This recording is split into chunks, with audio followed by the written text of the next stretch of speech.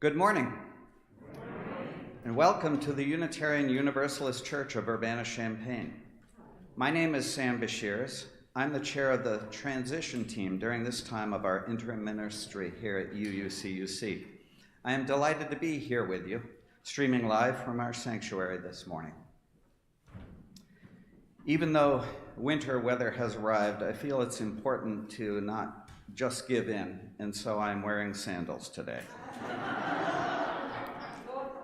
We still ask that everyone remain masked in church and distanced as you are comfortable. As you may have read in the weekly e-news, we're hoping to revisit this after the holidays, depending on how COVID levels are then. Please look around and be aware and respectful of others' needs and boundaries.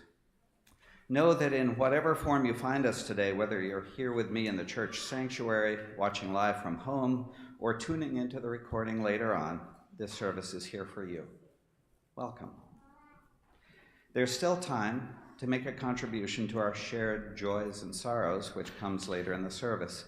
To do that, just email your message to joysandsorrows@uucuc.org, all one word.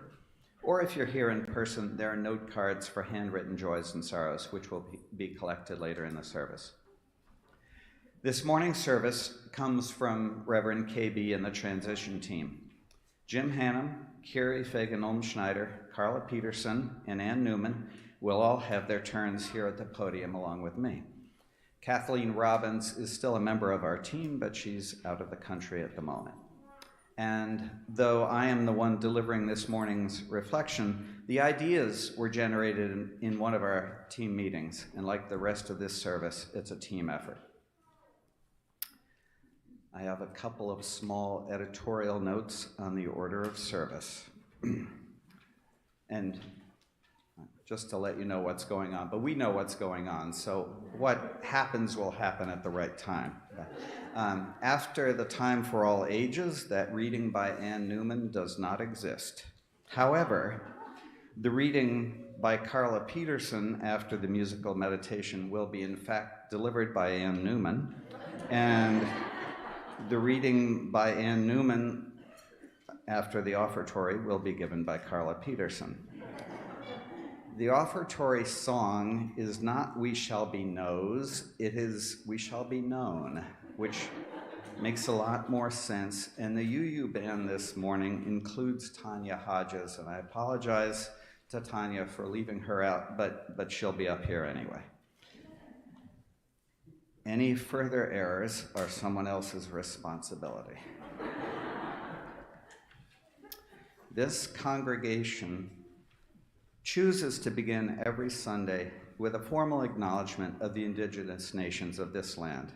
This is a practice that connects us to the history of this place and to our own responsibilities as stewards and members of a wider community. Here on Green Street, we worship on the land of the Kickapoo, the Peoria, the Miami, and the Sioux. These peoples still exist today and are committed to a continued struggle for survival and self-determination. Wherever you are this morning, I invite you now to take a breath and consider the history and peoples of the land you're resting on.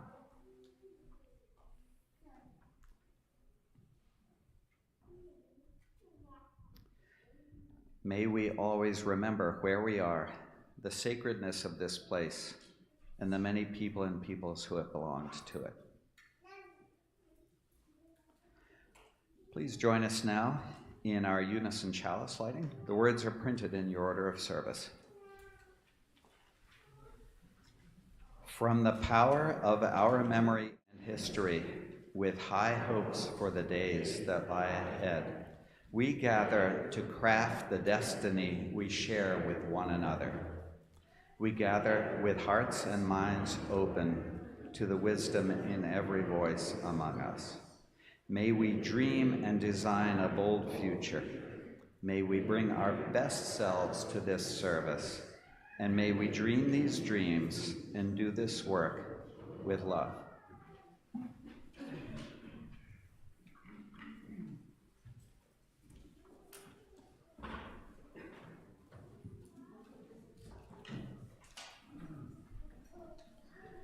And now I will invite our choir director, MR, up to lead us in our first hymn, number 18, What Wondrous Love. And please rise as you're able and comfortable. And do you want to say something? Oh, okay.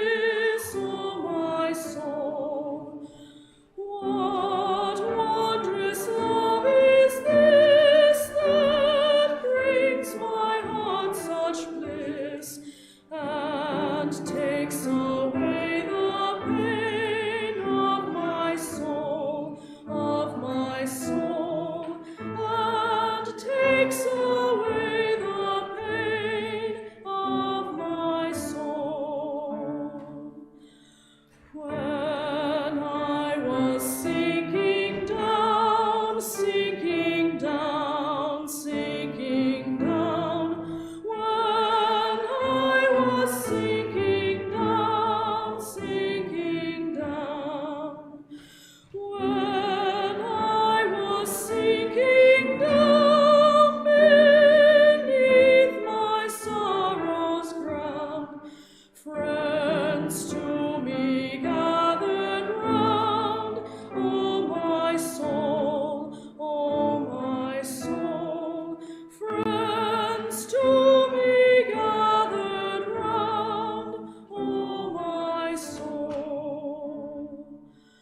To love and to all friends I will sing, I will sing. To love and to all friends I will sing.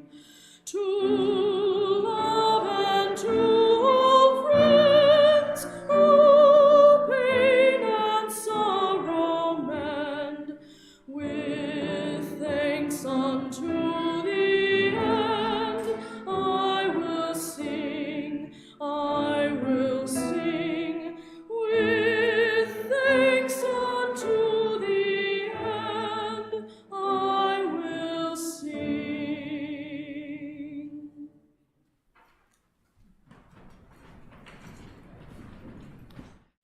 Now, Jim Hannum will lead us in a time for all ages. Any children who are present and would like to see the pictures, please come forward.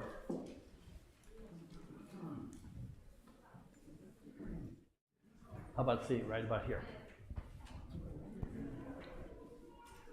Yeah, right there. Thank you. Others, come forward and sit in this front pew or sit on the floor.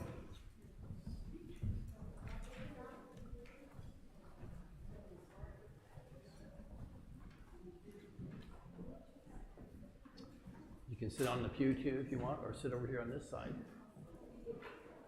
Ooh, look at the good crowd we got today.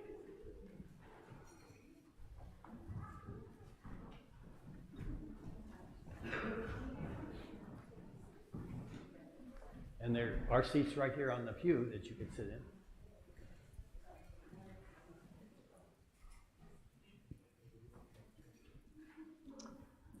Okay, this is a book called The Sneetches, and it's by an author named Dr. Seuss. Have any of you ever heard this story? Some of you heard it. Good. You can help me out then. Now, the star-belly Sneetches had bellies with stars. Those plain belly Sneetches had none upon theirs. The stars weren't so big. They were really so small, you might think such a thing wouldn't matter at all.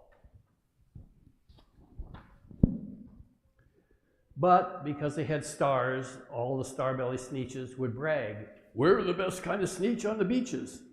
With their snoots in the air, they would sniff and they'd snort. "We'll have nothing to do with the plain belly sort." And whenever they met some, when they were out walking, they'd hike right on past them without even talking. When the plain belly children went out to play ball, could a plain belly get in the game? Not at all. You could only play if your belly had stars, and the plain belly children had none upon theirs. Things are getting desperate. When the star-belly Sneetches had frankfurter roasts, or picnics, or parties, or marshmallow toasts, they never invited the plain belly Sneetches. They left them out cold in the dark of the beaches. They kept them away, never let them come near, and that's how they treated them year after year.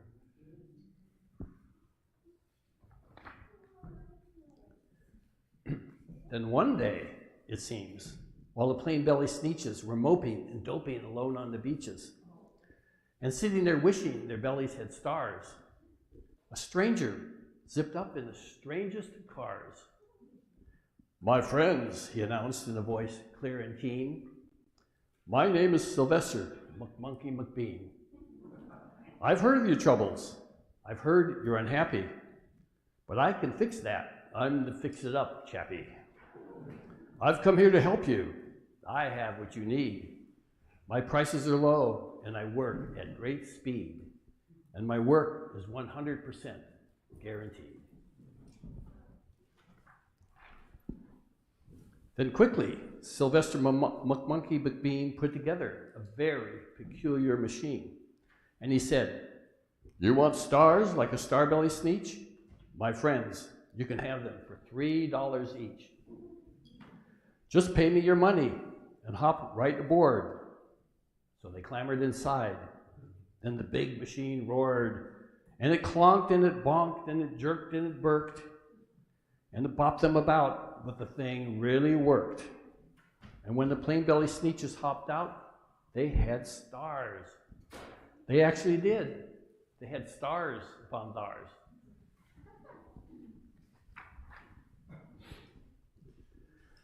Now they yelled at the ones who had stars at the start. We're exactly like you. You can't tell us apart. We're all just the same now, you snooty old smarties. And now we can go to your Frankfurter parties.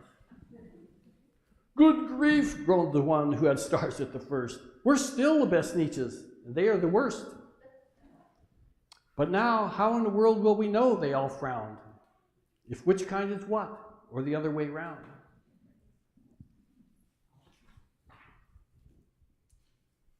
Then up came McBean with a very sly wink, and he said, things are not as bad as you think. So you don't know who's who. That is perfectly true. But come with me, friends. Do you know what I'll do? I'll make you, again, the best Sneetches on beaches, and all it will cost you is $10 each. Price is going up. Belly stars are no longer in style, said McBean. What you need is a trip through my star-off machine. This wondrous contraption will take off your stars, so you won't look like Sneetches who have them upon theirs. And that handy machine, working very precisely, removed all the stars from their tummies quite nicely. See, they come out with no stars.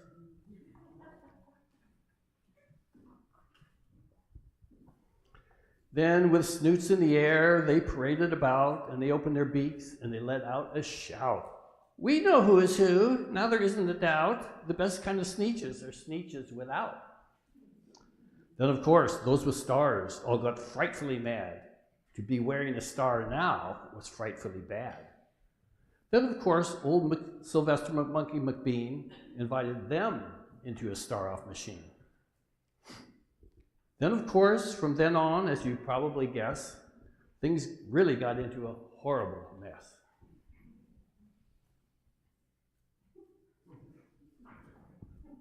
All the rest of that day, on the wild screaming beaches, the fixed-up chappie kept fixing up Sneetches. Off again, on again, in again, out again. Through the machines, they raced round about again, changing their stars every minute or two. They kept paying money. They kept running through until neither the plane nor the star bellies knew whether this one was that one, or that one was this one, or which one was what one, or what one was who.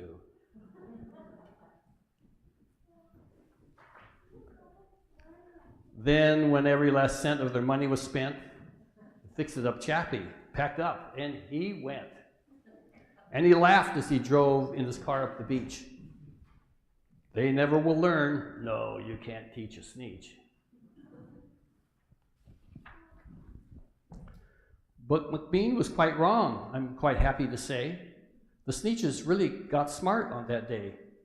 The day they decided that Sneetches were Sneetches, and no kind of Sneetch is the best on the beaches. That day, all the Sneetches forgot about stars and whether they had one or not upon theirs. Thank you.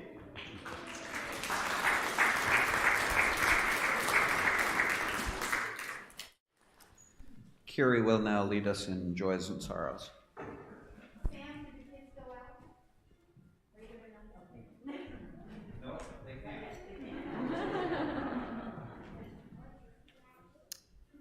In our community, we make time each week to share pieces of our lives with one another. In the sharing of our joys and sorrows. Please bring to mind the joys and sorrows in your life, as well as those in your circle of care and of the wider world around you. For those with us online, there is still time to send in a joy or sorrow to be shared aloud at joysandsorrows@uucuc.org. Those here in the sanctuary are invited to also send yours in by email, or to use joys and sorrows cards along the back of the pew in front of you. The ushers will bring them forward to place them on the altar. Our blessing song today will be Spirit of Life. We invite our REE children, youth, and volunteers to make their way to class as soon as the music begins. Whether you are here in the sanctuary with us or with us online, you are invited now to simply rest and let the music wash over you, or to sing along if you prefer.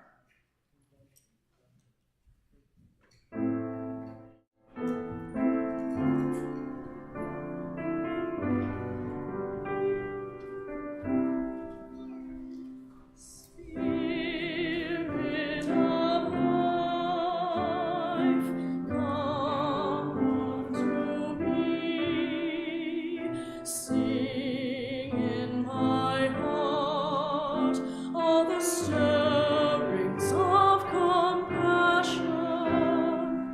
Blow in the wind, rise in the sea, move in the hand, giving life the shape of justice.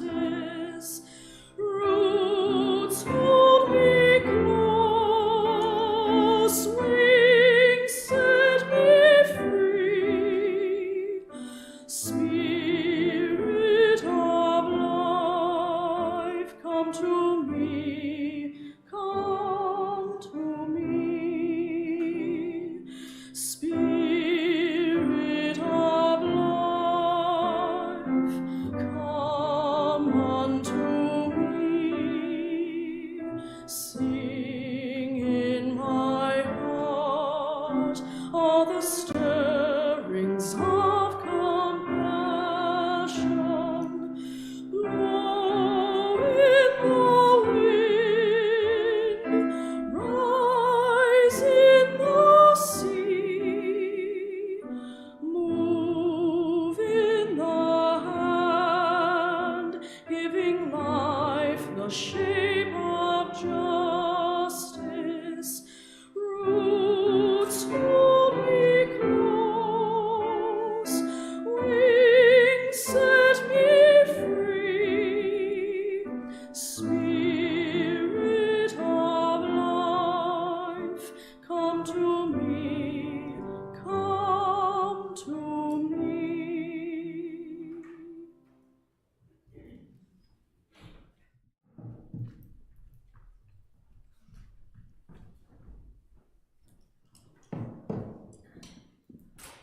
So first from Julie Lout, thank you to the team at UUC, including Panay, Tom, and Pat, for transitioning the little free pantry from my home to the church this week.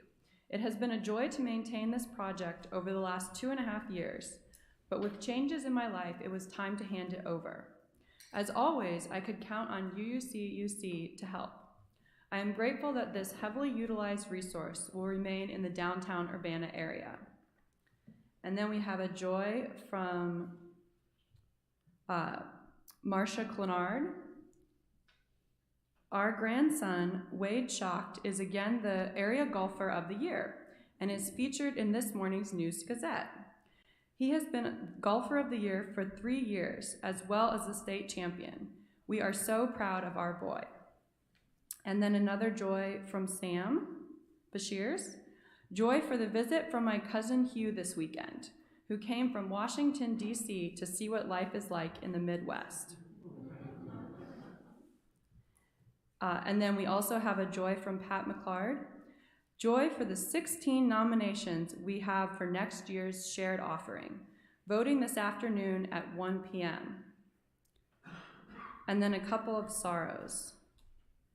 First, from Priscilla Cron, last month, Jerry and I learned that I have breast cancer. Treatment will begin with surgery in a couple of weeks. We're optimistic that all will go well. And then from Eric Chapman, my grandfather passed away this week at the age of 98. A World War II veteran, he did it his way till the end. Please keep positive thoughts of the Dale Chapman family. Not every joy or sorrow can be shared openly in the community. Some must be shared eye to eye or held in the heart.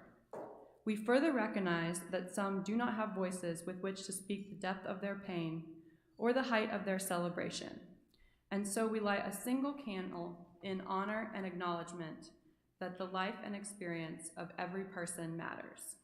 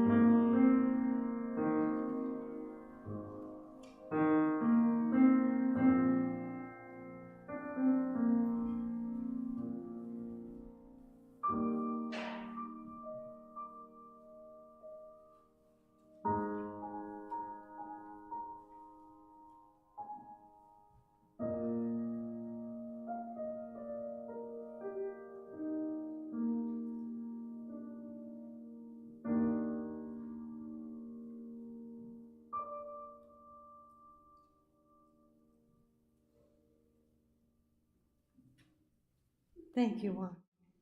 Good morning. My name is Ann Newman, and I'm sharing with you today a blessing called Sanctuary by Jan Richardson from Circle of Grace. You hardly knew how hungry you were to be gathered in, to receive the welcoming that invited you to enter entirely. Nothing of you found foreign or strange, nothing of your life that you were asked to leave behind or to carry in silence or shame. Tentative steps became settling in, leaning into the blessing that enfolded you, taking your place in the circle that stunned you with its unimagined grace. You began to breathe again, to move without fear, to speak with abandon the words you carried in your bones that echoed in your being. You learned to sing. But the deal with this blessing is that it will not leave you alone. It will not let you linger in safety, in stasis. The time will come when this blessing will ask you to leave, not because it has tired of you, but because it desires for you to become the sanctuary, to speak your word into the world, to tell what you have heard with your own ears, seen with your own eyes, known in your own heart, that you are beloved, precious child of God, beautiful to behold, and you are welcome, and more than welcome, here.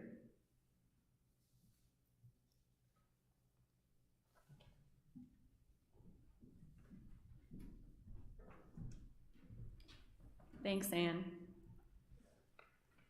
UUC is excited to announce the arrival of a little free pantry at our church.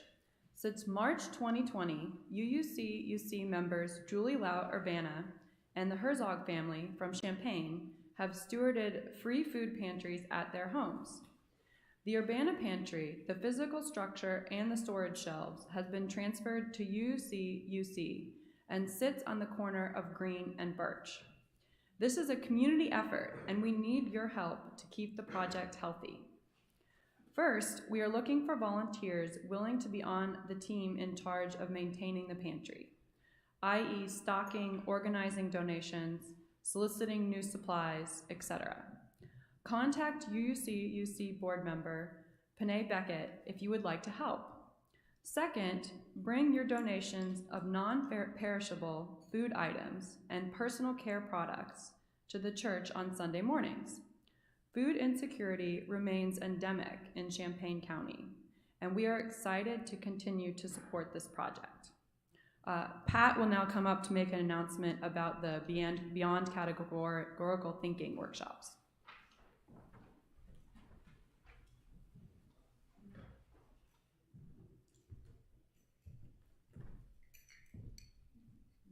Good morning. My name is Pat McLeod. I'm a member of the search team, and hopefully you've heard or seen some things about the Beyond Categorical Thinking workshop that's taking place later this week. It's a great opportunity to learn about a different way to think about the minister and about people, frankly. It's a two-parter, and if you can only attend one, that's fine, but it is two parts. The first one is Friday the 18th from 7 p.m. to 8:30 p.m. And the second session is the Saturday morning, the next day, Saturday morning the 19th from 10 a.m. to 11:30. And I would encourage you to attend that session and again, learn about a different way to think about people. I also wanted to, as the shared offering person, remind you that the meeting is today at 1 p.m. It is a Zoom meeting, and the information is on the Friends and Members Facebook page. So thank you very much. Thanks, Pat. We as Unitarian Universalists acknowledge that our circle of care doesn't stop at our church doors. We are deeply connected to the community we find ourselves in and to the wider world. Each Sunday, in recognition of our very real interdependence and reliance on each other, we pass the plate and share our offering with an organization doing the work of justice in the world. During the month of November, our shared offering recipient is the School of the Americas Watch. SOA Watch was founded in 1990 to denounce the massacre of religious leaders in El Salvador by graduates of the U.S. Army's School of the Americas.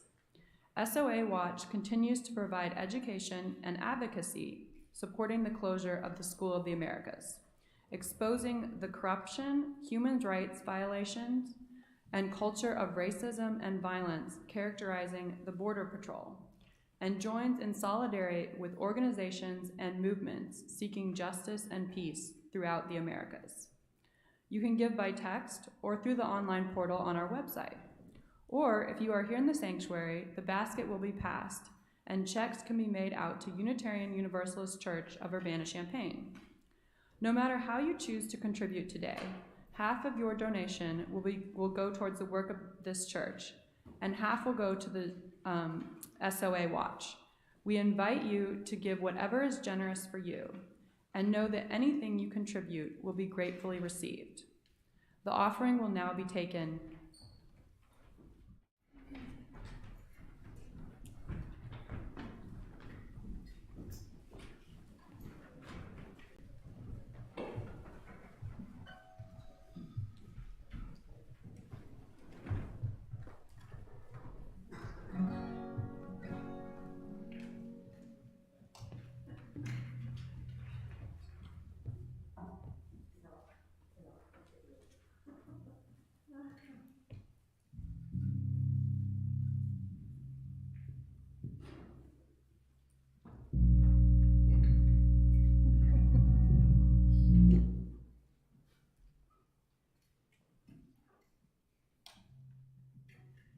Basement or so.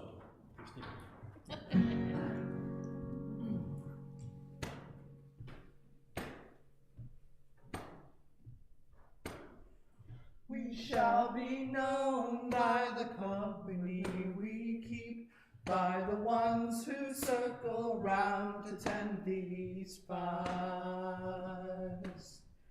We shall be known by the ones who sow and reap the seeds of change alive from deep within the earth. It is time now, it is time now that we strive. It is time we lead ourselves into the world. It is time now, and what a time to be alive. In this great turning we shall learn to lead in love. In this great turning we shall learn to lead in love. We shall be known by the company we keep, by the ones who circle round to tend these spies. We shall be known by the ones who sow and reap the seeds of change alive from deep within the earth. It is time now, it is time now that we thrive. It is time we lead ourselves into the world. It is time now, and what a time to be alive. In this great turning we shall learn to lead in love. In this great turning we shall learn to lead in love. We shall be known by the company we keep, by the ones who circle round to tend these spies. We shall be known by the ones who sow and reap the seeds of change alive from deep within the earth. It is time now, it is time now that we thrive. It is time we lead ourselves into the world. It is time now, and what a time to be alive. In this great turning we shall learn to lead in love. In this great turning we shall learn to lead in love.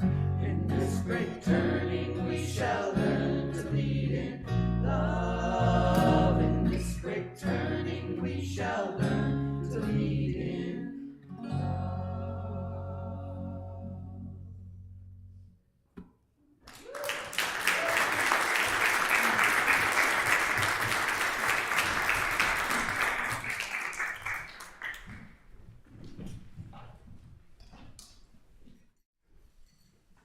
Thank you for your generosity in this and so many other ways. Carla will now come up to do her reading.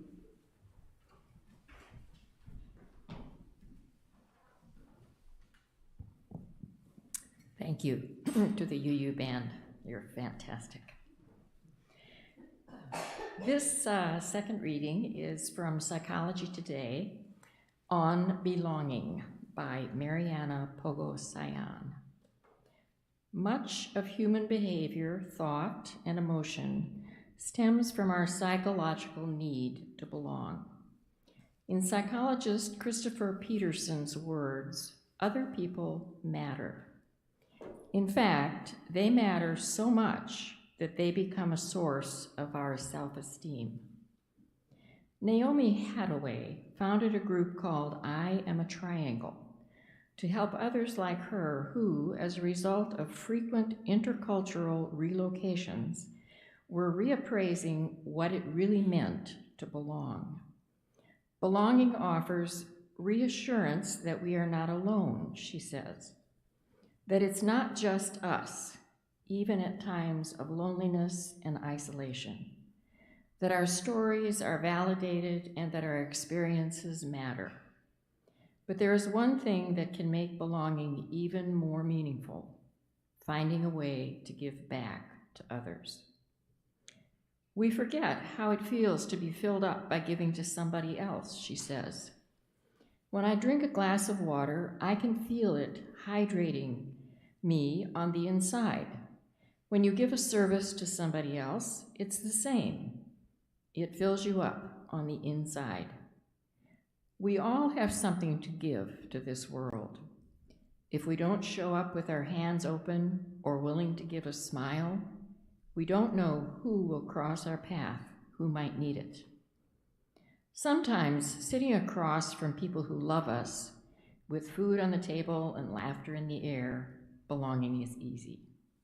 Other times, a stranger's kind smile will be the only promise that we are not alone.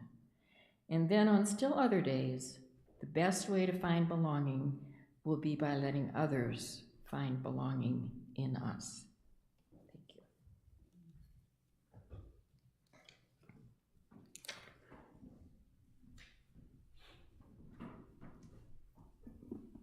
Thank you, Carla.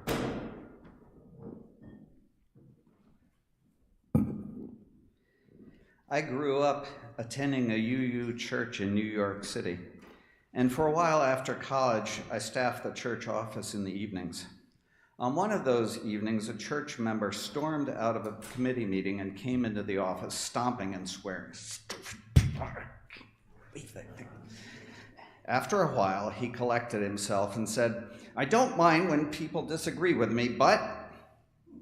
And then he stopped and said, Yes, I do mind. I don't like it when people disagree with me." Many of us might agree with him.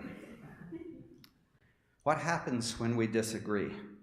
More broadly, how do we form a community when we come from different places and have such a variety of perspectives and opinions?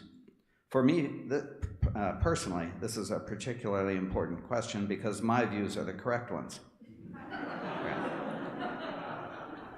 Just kidding. For most of the questions that concern us and bring us together, there is no correct answer, but rather a diversity of possible answers. And that's what makes it interesting. We here have a Congregational Covenant, which you will find printed in your order of service, and it's also on our website.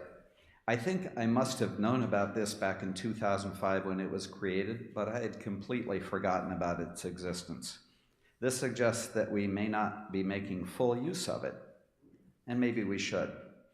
In fact, one of our covenant statements relates to this issue.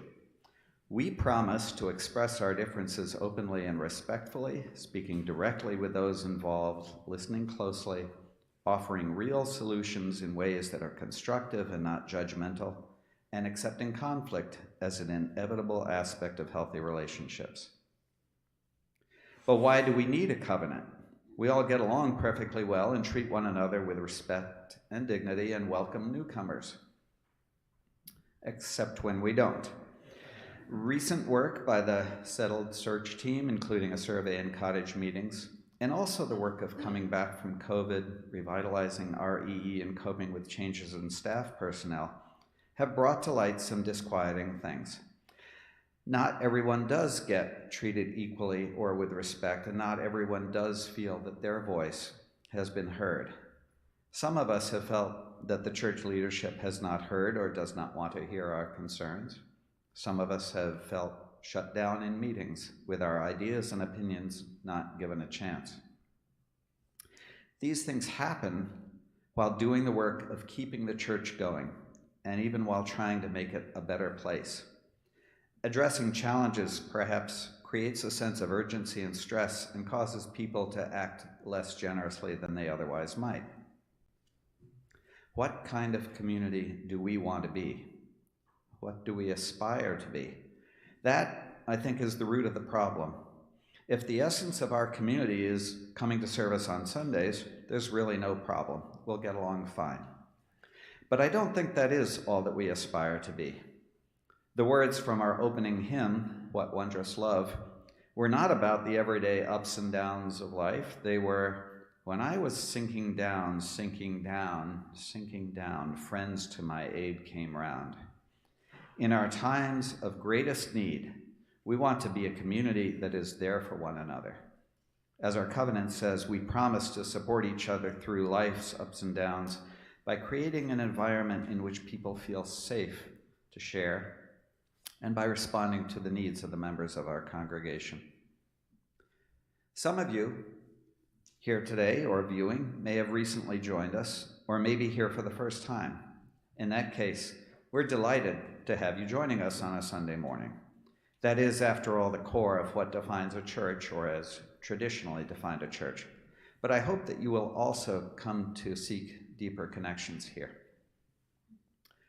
Okay, how big a problem do we really have?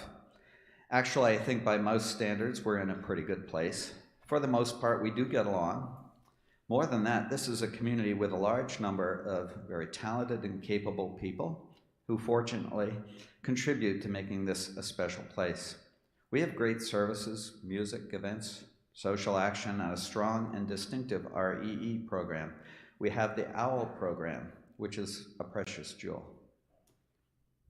In that same UU church I grew up in, annual meetings lasted several hours and often grew heated. Ours are not like that. At least pre-COVID, when we met in person, the worst I can say is that there were differences of opinion, sometimes a little more discussion than I thought was needed, but I can't remember anyone raising their voice. And more than one meeting ended in under an hour, with all the important business done. Nevertheless, people do get bruised, and when someone feels they have not been heard or not treated with respect, they don't forget. After a while, they may just quietly leave.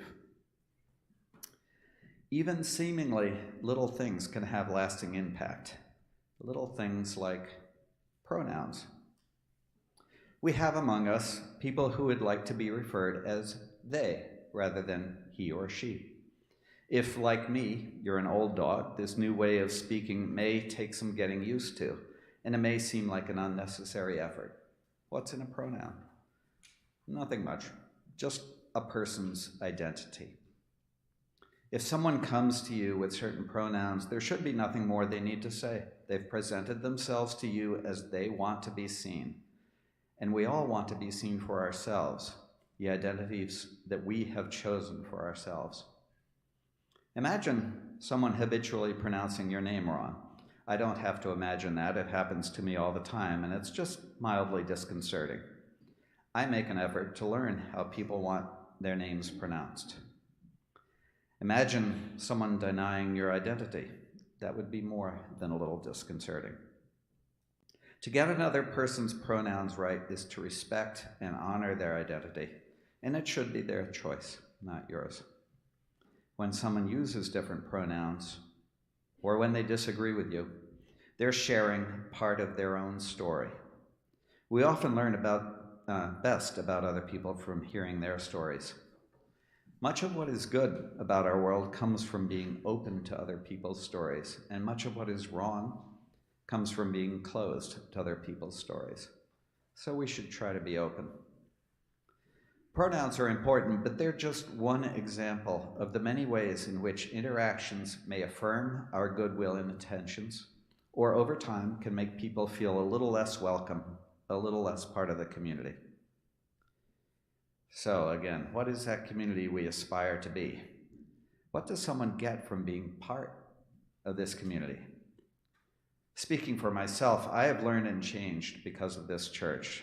I've experienced collaboration and teamwork and committee meetings that were productive and also fun. Many times in my university life, I longed for groups as organized and functional as our church committees. I've developed lasting bonds with many of the people I've worked with. I'm even more tolerant, I hope, of people who disagree with me. Each of these experiences has been challenging and has either encouraged or forced me to grow and develop new skills. And I'm not the only one. Many of you have similar experiences. We do have Sunday services, and we're very good at sharing food. But we also have a chance to be something more, something we might call a community of growth. Together, we are more ready to challenge one another to be better people and to challenge the world outside to be a better place. A healthy organization works to identify ways in which it can improve and to address them. This is also part of the mission of the transition team, which we'll reiterate here. At its most basic, bringing us back from COVID and reconnecting, but at its most aspirational, creating deep change in how we interact and are with one another. As part of this work, we would now like to pause for a few minutes and ask you to personally engage with this topic. So here's what we'd like you to do. First, think of a time or place where you felt that you truly belonged. If you're willing, please write a brief description on a card. Everybody should have received a card when you came in, and if not, you can get one from the ushers. When you're ready, share your experience with a neighbor in the pew. If you're joining this service online, you could share with someone you know, or even post a message in the chat. In just a few minutes, I will ring the chime to bring us back together. Think of a time or place where you felt you belonged.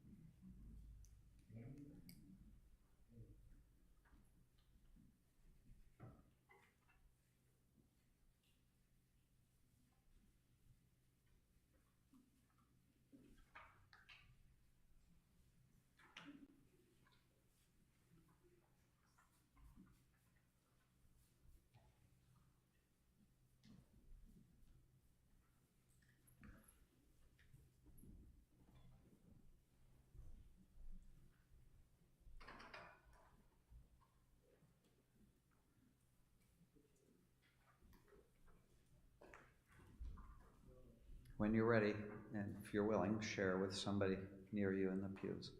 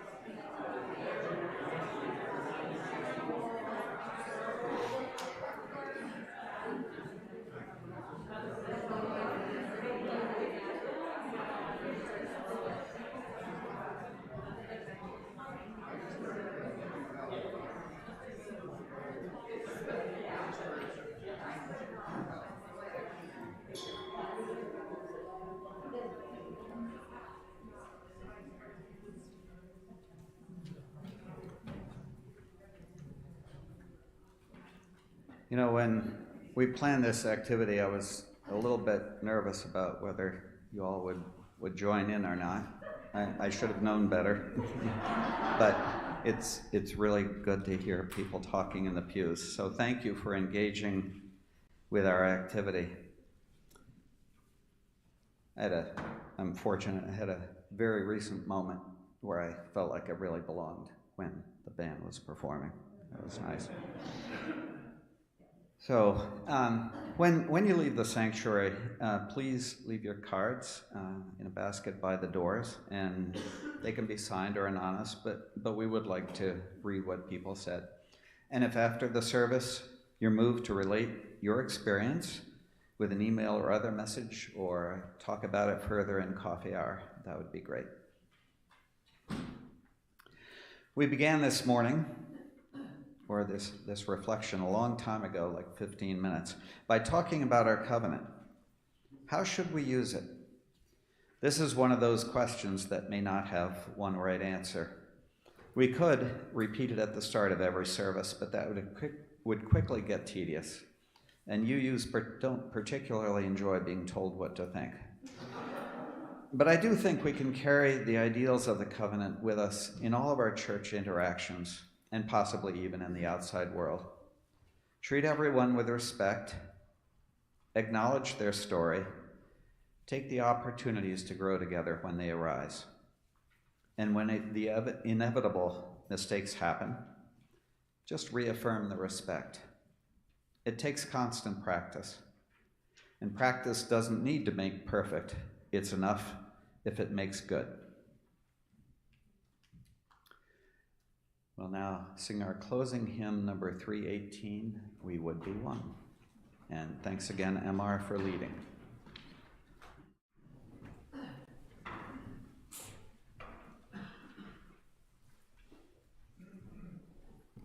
Y'all can stand if you want to.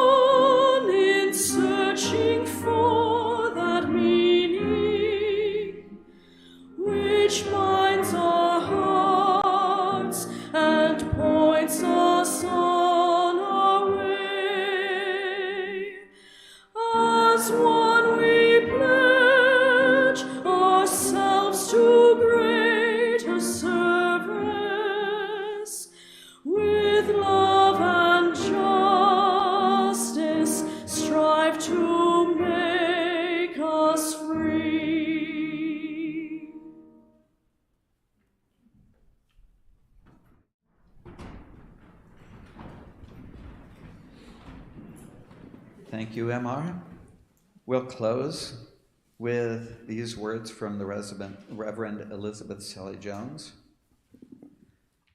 We extinguish this flame, but not the light of truth, the warmth of community, or the fire of commitment. These we carry in our hearts until we are together again.